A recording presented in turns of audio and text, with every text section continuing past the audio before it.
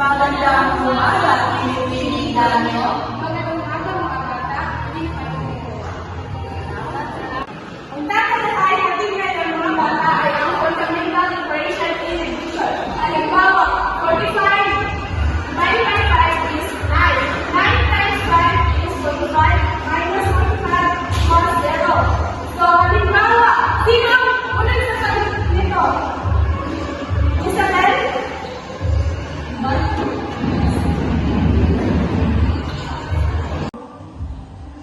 Kaya mo yan si Bill. Kailangan ko ba tutulog, Isabel? Hindi ko alam ang sagot. Pwede ka magtawag sa iyong mga klase. Rekta, pakitulong. So, ang gagawin natin ngayon para makuha natin ang quotient sa 270 divided by 3, first we're gonna divide 27 divided by 3. So, 27 divided by 3. 5. No, 27 divided by 3, 27 divided by 3. So, if 5 times is 15, so 9 times 3 is 27. So, ilagay natin yung 9 dito, tsaka i-multiply 9 times 3 is 27. So, bring down 0. Tapos, 0 dito, tapos 0 times 3. 1. No, 0 times 3 is 0. So 0 minus 0 is 0 or x. So the quotient is 19. Tama, magaling mga bata. Pwede na kayo masumpo. thank you, teacher. Sana may natutunan kayo ngayon at paalam mga bata. Paalam po, pinipilit tayo.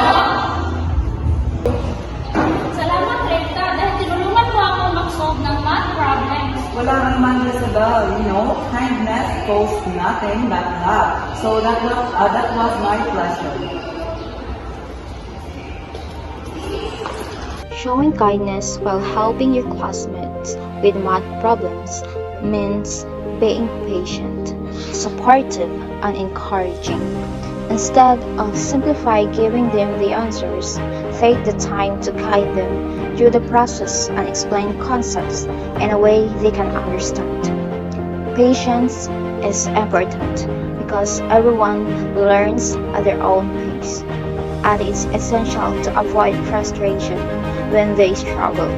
Encouraging them rather than judging helps build their confidence and motivation to improve. Breaking down complex problems into smaller steps can make them easier to understand, allowing your classmates to follow along more effectively. Asking guiding questions instead of just providing solutions helps them think critically and develop problem-solving skills. Lastly, acknowledging their efforts and progress, even if they don't get everything right, boosts their confidence and encourages them to keep learning.